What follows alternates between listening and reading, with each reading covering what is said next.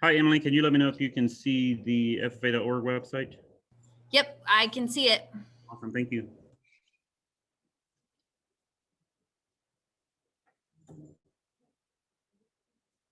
Yeah.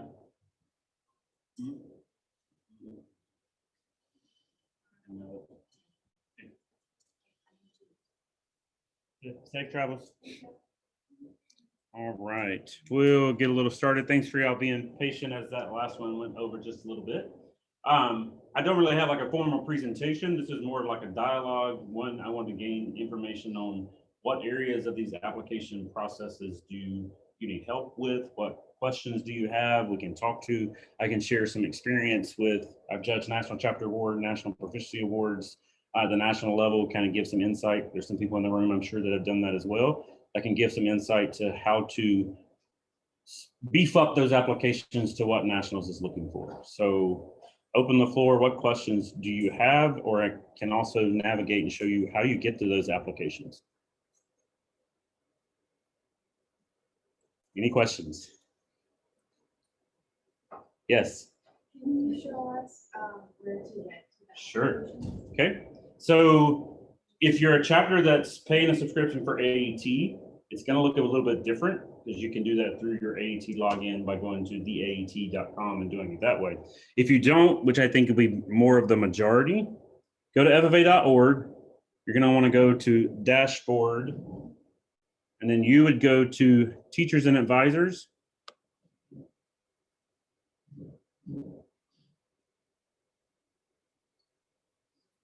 And then it gives you all these menu items here on the left. So National Convention registration, this is where you would update any information on your chapter profile. Managing your roster, that's where you're going to submit membership. Requesting access to a chapter, that's going to be if you're a new advisor, starting a new program, moving to a new school, that's the process that you would go through to get that information, get you connected to that chapter in the National FFA roster system. And then there's education resources, and then the application center. And that's where you will go to access that. And they've updated this recently. You can click any of these specifically, but it's really going to take you to the same platform. And mine, it would ask you to log in. I'm already logged in through mine, through state staff, but correct me if I'm wrong. Is this what y'all's looks like from teacher? If not, I may need one of you to log into yours so we can show that. Is this not what y'all's looks like? That's what I thought. So does anybody volunteer to?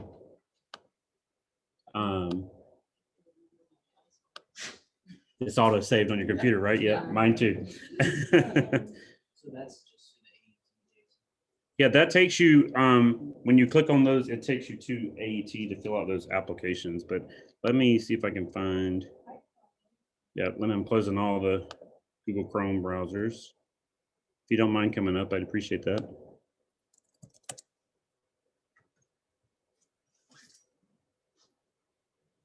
Online too, let me know if you can't see anything or hear anything and if you have any questions. Jason, could you just maybe go over the top 5 mistakes? The problems, at least even for our newbies. Sure. New share. Watch out, forget my password.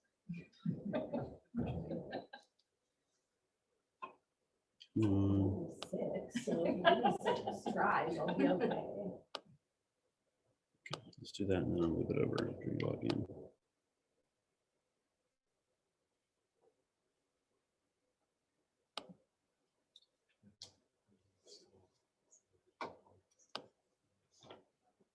There we go.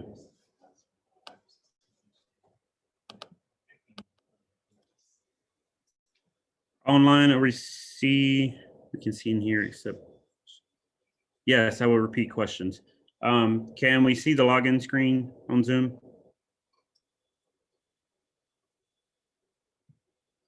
Thank you, Emily. Okay, so this is the new, if you haven't been in, say, it the past 2 weeks, this is the new login, what it looks like. As I mentioned, you'll be able to connect and log in through Google, Facebook, LinkedIn, or your AET profile. Your students have their AET. There's some instructions as well on how to link an existing FFA.org account to logging in through these social media platforms.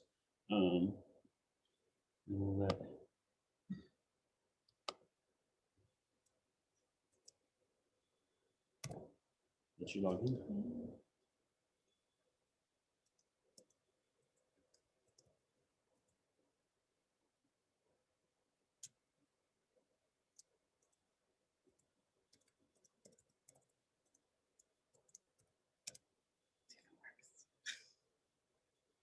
Never.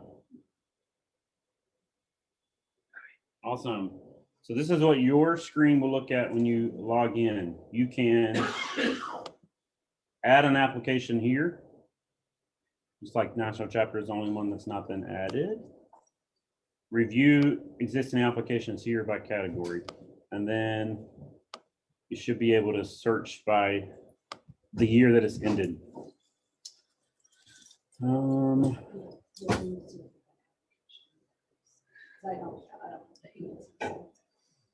Is this what those that don't use AET, is this how it looks? Yep. Those that do use AET, it's within your AET profile that has the profile, and it takes you to this. Right, okay. And I can pull up AET and show that as well. So the question for those on Zoom that was asked was, what are 5 errors or yeah, top 5 mistakes that are made in applications? From my experience, I would say the space that you're giving on those applications to put information in, proficiency awards, even national chapter, utilize every bit of that space. Be descriptive, describe, use every bit of character and line space that they give you. At judging nationals, they like if you bold and underline numbers, statistics, values, quantities to really make that pop off of the page, especially when they're evaluating, because they're evaluating lots of applications. And so you can guarantee they're not probably reading every single word of the applications and just looking for some of those highlights. So ways that you can bold and highlight and underline those stats. Pictures, making sure for proficiency awards, make sure the student is in the picture. Make sure it's not just a picture of a pig, because you could Google and get a picture of a pig. And then the captions, make sure the caption speaks to what is going on in the picture, and then use that caption space as well in its entirety. Experience speaking on those pictures. If you're taking pictures of that student's SAE all in one day, because I know it's hard to do SAE visits throughout the whole year and visit multiple times throughout the year, have that student bring a hat, bring a change of shirt, and then you can stage those pictures so it doesn't look like, oh, we took all 6 of these pictures on the same day. You probably did that, but there's a tip to have them bring a shirt, wear a hat, so it looks like a different environment that you're in. That's just from managing your time and availability. Contradictions within the application. Yep, and AET probably helps as well. Some of the things that, for instance, entrepreneurship, if it's an entrepreneurship one, okay, that's owning a business, right? So make sure you're thinking about every aspect of what owning that business is. Anybody want to speak to an example? As far as the contradiction. Yes, sure. Well, if the students Talk a little louder if you can, for the Please. Well, like for example, if the student says in the inventory that they have 60 head of brood cows, and then the advisor in their recommendation says 50 head, and then the student talks about in skills someplace that they're breeding and running 50 head, and you've got it in several places and it's got different numbers, then they start questioning the accuracy of the numbers. Yep. You don't want just arbitrary values in there. And AET, if you're using the record keeping in AET, helps with that a little bit because it automatically transfers all those values and stuff you put in to the record keeping system onto the application. As far as skills and competencies is a part that specifically proficiency awards. Checked grammar and spelling of the students' information that they put in there. Hopefully you are being proactive and encouraging your students to do that, and you're not using your time to sit there and type all that. Don't recycle applications too much because they are, I think that's something that Nationals is bringing forward, is plagiarism check. I will speak to my experience in North Carolina. There were some chapters that I'm pretty sure were just recycling applications and recycling language that was in those boxes, and then just changing information. So make sure you're not doing that because they are implementing like plagiarism check to make sure it's not coming from previous applications. I will say the AET, when it's used well, does a pretty good job, but I think when we do our district review, we see more errors on AET applications than we do on the people that don't use AET because it doesn't always put it in the right spot, or if the kids have made one mistake in their AET records and then it doesn't transfer correctly. So I think that people kind of assume that AET will do all the work for them, but if it's not put in exactly the right way in the AET, it's not going to be in the right way in the state degree application or the proficiency award. So and Michael can correct me if I'm wrong, but I think we see more errors with people using AET than not because it's just not checked as close. I think they think, oh, I entered it this way. Because someone had that problem. Jessica Moore had that problem this year because she showed me how her kid entered it in the AET and it was right. I mean, but then it didn't transfer in the right way. So I don't know. You do what? I unlock every single application. Have the students? Yeah.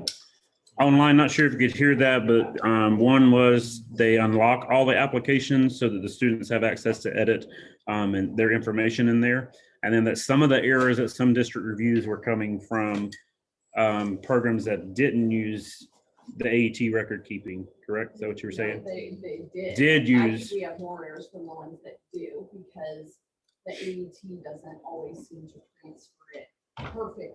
Or if you don't label it right or put it Yeah. in the right spot. Yeah. Elaine?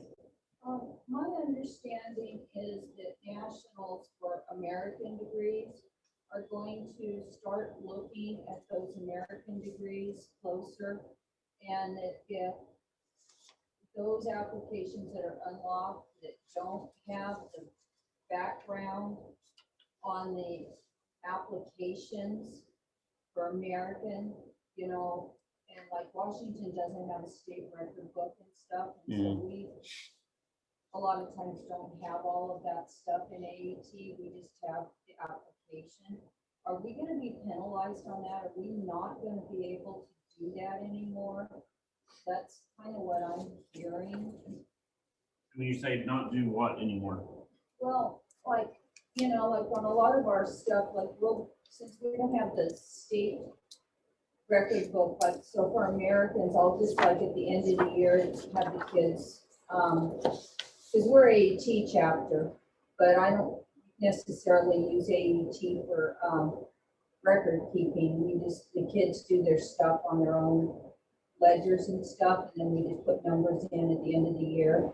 So like on a placement, we'll put in the final numbers and stuff.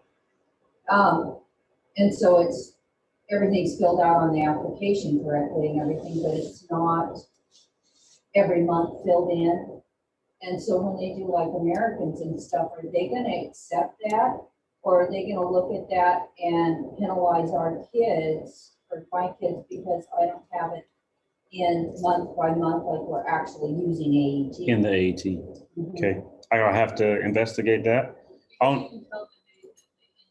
Yeah. Yeah, and they're starting to look at that stuff and question that, you know, and so am I gonna have those kids go back and actually utilize AET since we're an AET chapter now, you know, using it rather than their own record keeping system? what I want to know. Online, if you couldn't hear that question was, if you don't use the AET record system where students are putting in values on a kind of regular basis, month to month, and you just kind of wait till it's time to fill that application in and put those values in, It's National is going to look at that and evaluate that when they're making judgment calls on applications. So that's something that we'll have to look into to get an answer on that. First of all, when you find out the answer to Elaine's question, would you be able to send that out to us so we all figure that out? And then my question is, sometime hopefully we're going to hire a half-time ag teacher with me, and their main job is going to be proficiency, state degrees, and roster, because I don't know if they're good at it. That's why I'm in this room. Is there what resources or things? What can I do as soon as they get hired? I want to be proactive and say, okay, you need to check this stuff out now for next year. So where would I send them? What would I send them? Have them touch base with you, or where would I send someone to get them to learn the things they should know for these things? Sure. So first step would be sending me those names so we can add them into your chapter profile, especially if they're going to be monitoring roster. I'll do that. And then I put together some links for roster tips that's in the roster POA workshop that I did the other day, which we'll put that on the website. If you go to FFA.org and search the Help Center, there's lots of handouts with screenshots that show you how to walk through that. And then as far as state degrees and proficiency awards, AET has lots of handouts as well that help facilitate that. So I would just direct them to that. Okay. Do you use AET in your chapter or just the application? We have AET, but I don't use it because I don't really know how to use it yet. And a young ag teacher is going to help me learn how to do that. I originally was from California, so I made my own record book, which was half California, half Washington, kind of whatever, to be functional for the monthly things and everything. And we use that, and we fill out our applications at the end. It's fine, but it's really getting involved. And so what I might do is just send it, when we hire someone, send you their name and their contact information. Is that okay? And then have them reach out to me if they have any questions. Yeah, I'm gonna want them to be Johnny on the spot and you know, that go after it hard.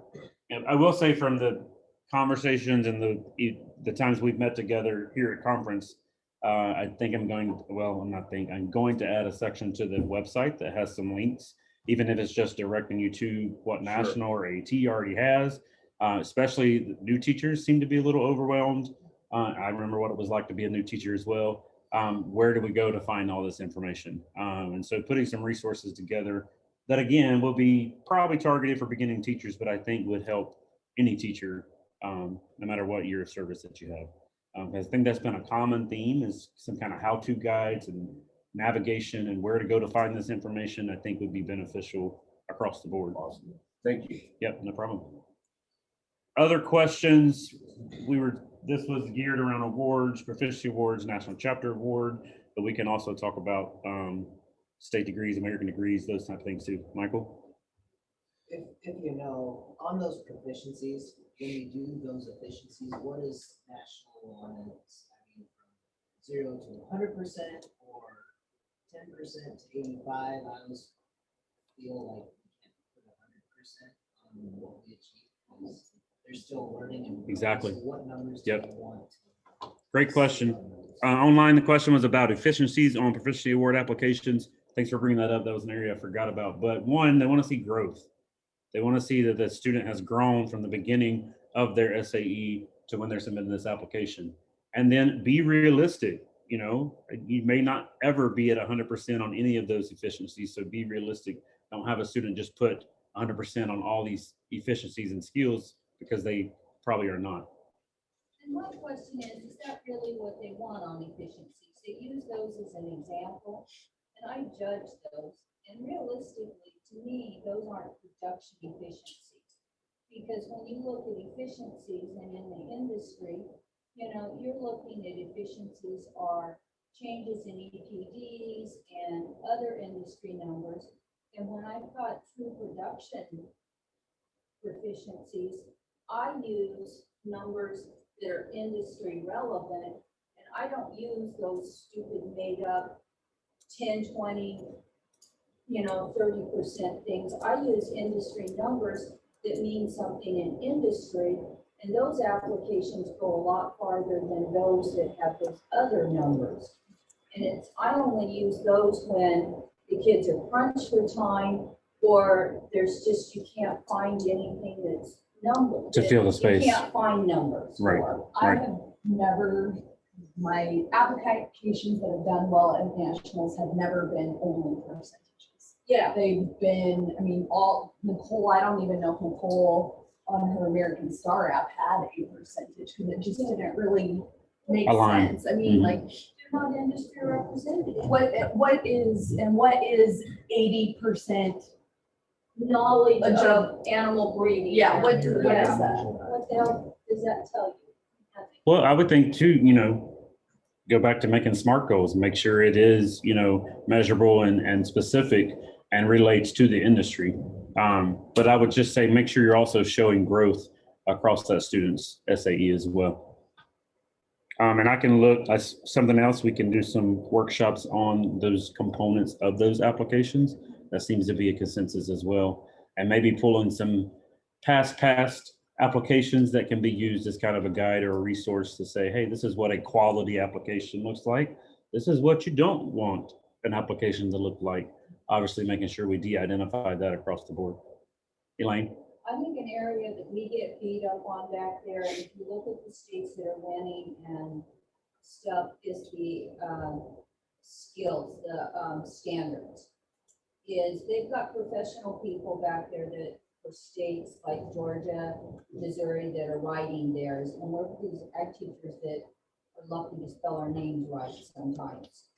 And they've got people that are professionally writing theirs.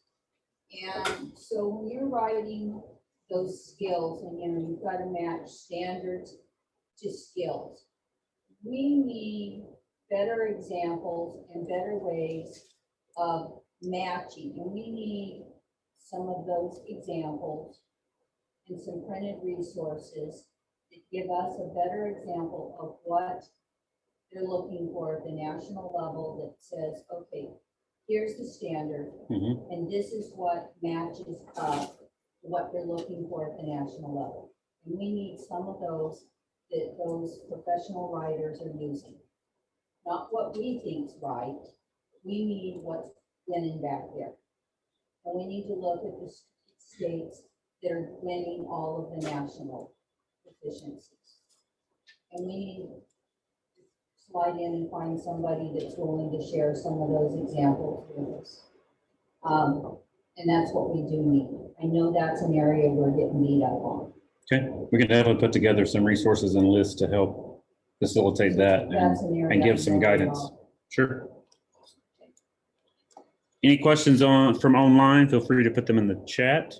So we've talked a lot about proficiency awards. That seems to be where most of the conversation has revolved around. Do we have any questions about the other awards programs, state degrees, honoraries, American degrees, national chapter award?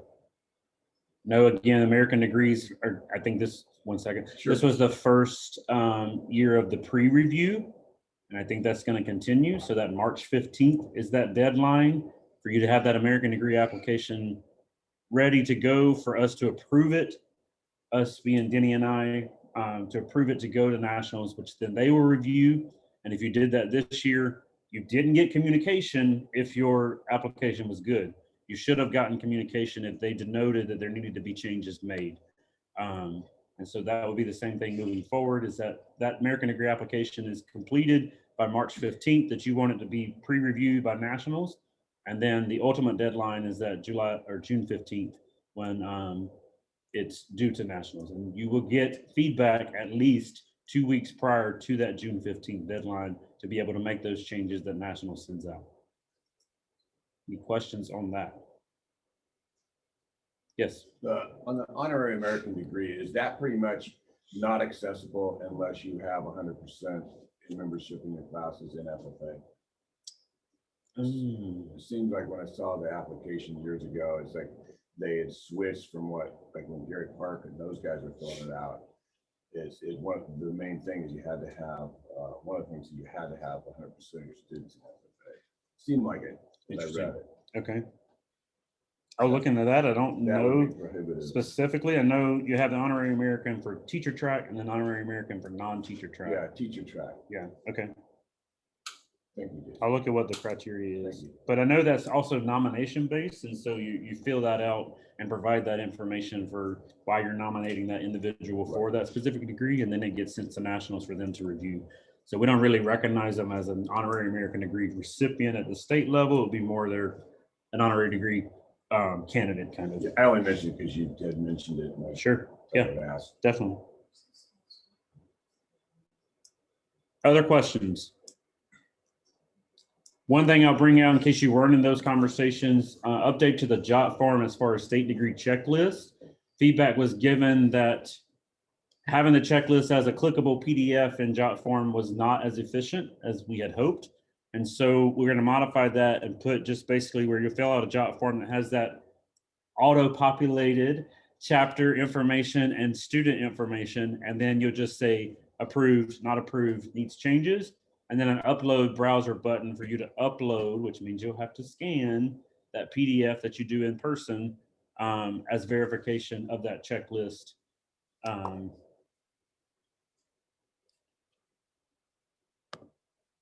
And then we'll submit it that way. Lisa?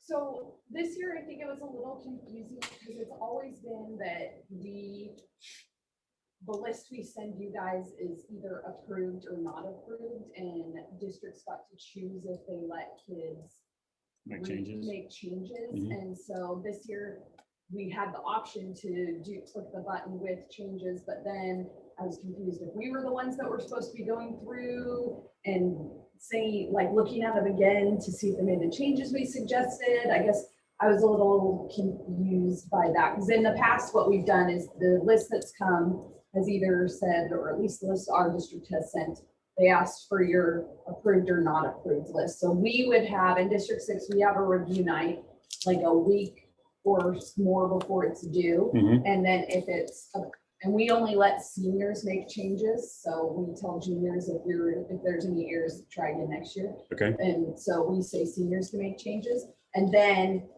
we're all at the review. And then if any kids have to make changes, they either have to email their updated application to me or Nathan to double check to make the changes. And then we change their name on the list to Met. So are we so that's what, and I know some districts haven't even allowed for changes. So are we supposed to be looking at those changes? Are you wanting to look at all the changes? Because we tend to have a lot of applications that need to make changes. So I don't know if you want to look at.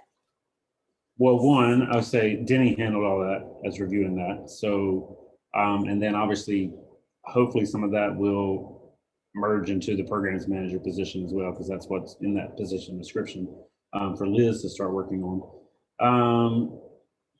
What would work best, I guess, and since there's not a rule or policy in place, that may be something that needs to come to FFA committee also with setting something in place. Okay. But I would say sending the list, and y'all give me feedback. What do you think? So we get the list of approved and not approved, and then ones that need changes aren't included in that list. What you're saying, correct? That's what, yeah. But they're informed from the district. And then how do we know if that student made a change to move to the approved list? Yeah, I'm gonna have to process and think on logistically what's best to do that to not have us working double. Because reviews are usually. Yeah, in our district, we make the changes before the state deadline. Right. We do the same, so as long as you have a list by the state deadline of the approved list, the approved finalists. is it okay? Yeah, I think so. So And then I each guess I each felt district, like this year, you wanted us to send the ones that, I think our kind of was, how we thought is that you wanted us to send the ones that needed to make changes, and then you guys would look at those changes, but we hadn't done that in the past. We'd always looked at our own changes in districts. So do you care? I mean, like. honestly, I don't, and I think that was part of lack of communication between Denny and I on that process. So no, I don't care about the changes part. All I care really is who's approved to be a state degree candidate for the board to vote on. So I think it would be best if districts handled that, and like you said, just send that list. I think maybe another challenge was the timing of some of the district meetings for reviewing those. So we were a little flexible with that, but I think that would be best is that we just get a list of who's approved and who's not approved. I think the not approved list is important because sometimes when we go in AET to see them, there's an application there that's done and completed and has a PDF version that can be submitted, but we need to know whether that one has been approved at the district level to be able to be submitted. So I can clarify that language on the website too, as part of that on the state degree page. So clarify the review process. Thanks for that feedback, Tim. Other questions? Thoughts, concerns? Can be outside of awards. We have blocked off time for anything you want to ask. I have Yes. a newbie question. From your experience, and I'm sure it's variable, like how much is scaffolded within your classes to set up students to kind of get to this endpoint with applications? Yeah. Yeah. According to Denny Wallace, it should be a huge amount of your curriculum because SAE is a big part. And a lot of teachers will say every Monday is SAE. And if you're using like AET as part of your curriculum, you can use every kid with SAE for all can use AET, and every kid can be keeping records on something. They can do the resume part, they can do the keeping records, even if it's feeding their cat and dumping the garbage and doing chores, and they can keep track of their sports and their all of that stuff, and so they can utilize all of that stuff. And there's a lot of them are doing it with advisory and stuff and programs, so they're doing a lot of it anyway. It's another avenue. But and I have my kids that have decent SAEs turn in proficiencies as a freshman, even though they're not really eligible. But at the district level, we do that. And I know that a lot of other ag teachers do that. We grade a lot of freshmen proficiency applications that aren't really eligible, but once the kids, you know, oh, I got third at the district or fourth at the district on my proficiency, even though there were 4 in that pile, you know, but you know, they know they got fourth and they go, well, next year maybe I can get second. It's like a PSAT. You know, and so it's a good motivator. And so there's a lot of things you can do, and so it really should be part of your classroom. Yeah, I'll speak from my experience too. We were able to have a mobile laptop cart that we shared. It was a CTE cart, and the business classes had their computer labs, and so the other CTSO or CTE departments didn't really utilize it as much, so it really kind of floated between the 3 ag teachers. And so every Friday was AET day, and the students were required to update, and they had to enter. If they didn't do anything that week for their SAE, they had to put, I didn't do anything for my SAE that week in their journal. And then that was what got printed out and evaluated. Also, point of clarity, SAEs lead to proficiency awards, Right. but there's only like 42 proficiency award areas. So you will have students that have SAEs that may not directly align with proficiency awards. I think at the national level, that's where some work needs to be done to bring SAE for all, which I think is a great refresher to the SAE model in the ag ed model, but it doesn't align well with the awards and recognition part of recognizing those SAEs, because you know, I think it's great from that service learning, and then what's the other one? Entrepreneurship placement, service learning, the enterprise one with the school where you can have it in your school. School-based enterprise, thanks. So I did have the right word. But for instance, a lot of my students either didn't come from a farm, they didn't have the resources at home, they didn't have the time after school, but in the old model, SAE was supposed to happen when? outside of class time. And so I'm glad that that's coming and changing, because you could use, if you had a greenhouse, a student could be your greenhouse manager, and that's their SAE, and it can happen during school time. And so I think there's some changes that the awards and recognition needs to catch up They're with. integrating. Yeah. So just focus it. And also, there may be differing opinions on that, but for me, SAEs in a class, if a student had a job outside that maybe wasn't agriculture related, I still allowed that student to utilize that as a SAE and focusing on the record keeping skills and information, because again, they may not have that expendable time or ability because they're working to help provide for their own family. It would be great if you could align it to ag and to proficiency award, but as far as having an SAE and requiring all your students to have an SAE, I think the SAE for all model really helps with setting that up, especially from the foundational part. If you can start with freshmen and then have them move into, and I'd like to do a workshop on SAE for all as well, to provide some, because I said previously, but I taught that at for the undergrad students, the aspiring ag teachers at NC State while I was in grad school. I just want to follow up. I get that idea that I think there's a lot of concern that new ag teachers who've been recruited under non-traditional models are not getting the SAE bit. I get that. I hear that a lot.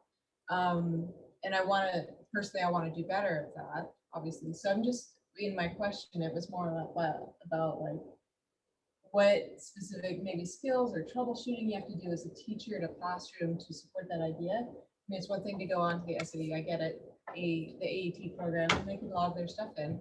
But sometimes kids just need a little bit more troubleshooting around just visioning and goal making and various things like that. So that's, I was just looking for some creative ideas around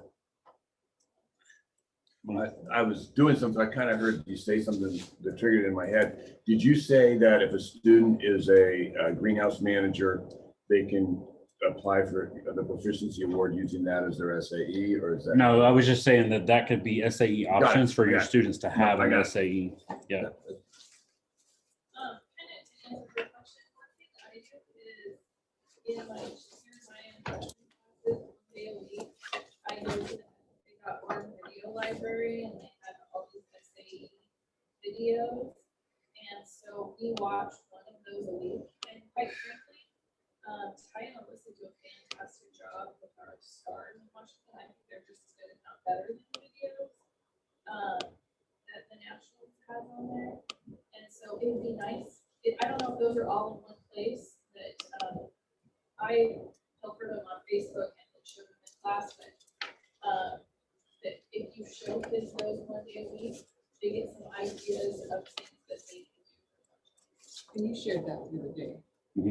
Yeah, one of our goals in talking with Ty and Alyssa too is to continue to boost that STAR program as well. And so I will work to consolidate that, to put it all in one space, whether we put them all on our YouTube channel or what would be best on that.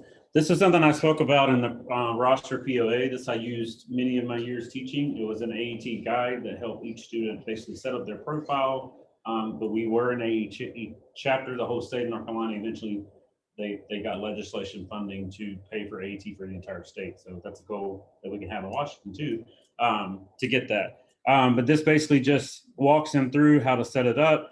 Again, this is from 2016, 2017. AET has added some features and things. So that's why I put the disclaimer at the top, to make sure, because I think there's test things that they can take now to get kind of credentials, and there's other platforms on the AET.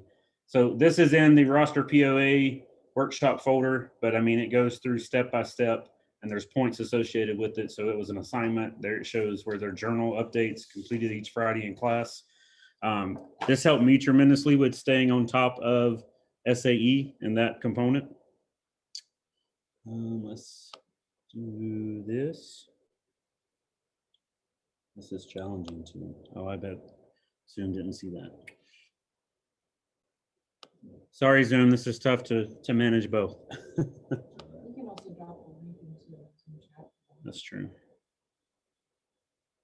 All right, any other questions while I'm navigating this real quick? I actually have a question about AET. So I did it in California, and as advisors, we recorded like all of our activities and stuff too, for like the incentive grant, but I don't think Washington has it. And then, so on that note, do you guys as advisors still record, like what you're doing that way? Or, I'm not sure, because I'm just trying to pick up the speed on all in a different. So I know we do for our extended, we log everything in our AET. Because it's a good place, we have a multi program. So, you know, it prints out a really nice report.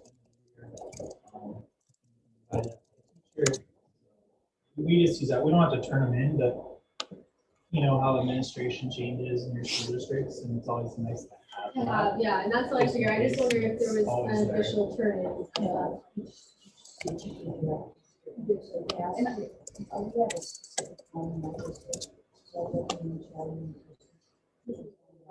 Perfect. Todd Wright, I use Todd Wright Myers Excel form, which is really good, and actually I uploaded it to Google Docs and then it's shared with my superintendent.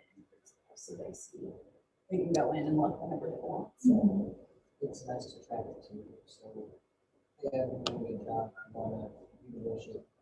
Right. It's just a print out and anywhere and. Yeah, it worked really. I have a quick question. So we have some kids in our school that also do WAFFA, and they use Tallow. Are you familiar with Tallow? Okay, so it's like, honestly, I think it's awesome. They upload all their contest-free information to Tallow. Like if you have a job interview competition, so because some of my kids did the job interview competition for FFA and WAFFA, and so they just upload everything to Tallow. And so you have one place where you're uploading all of your contest information for everything. And so I don't know if that's something that we as FFA can look at some point in time, like kind of as opposed to job form, but I mean, I don't know, but the Tallow thing is really easy. The students can access it and upload all their own stuff, any materials like public speaking manuscripts, anything like that. But I noticed there's a Tallow tab on AET. Because it also has like a resume and stuff, so I don't know. TALO? Together or TALO, is that what? TALO. Yeah, there's other CTSO groups like FBLA uses it as well. However, our district has problems with their privacy policy.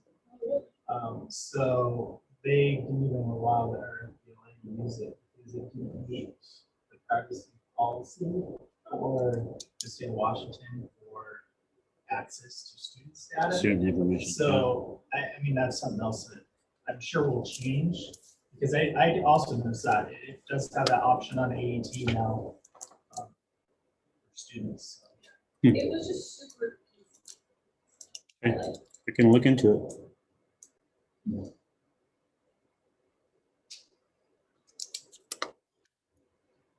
Other questions?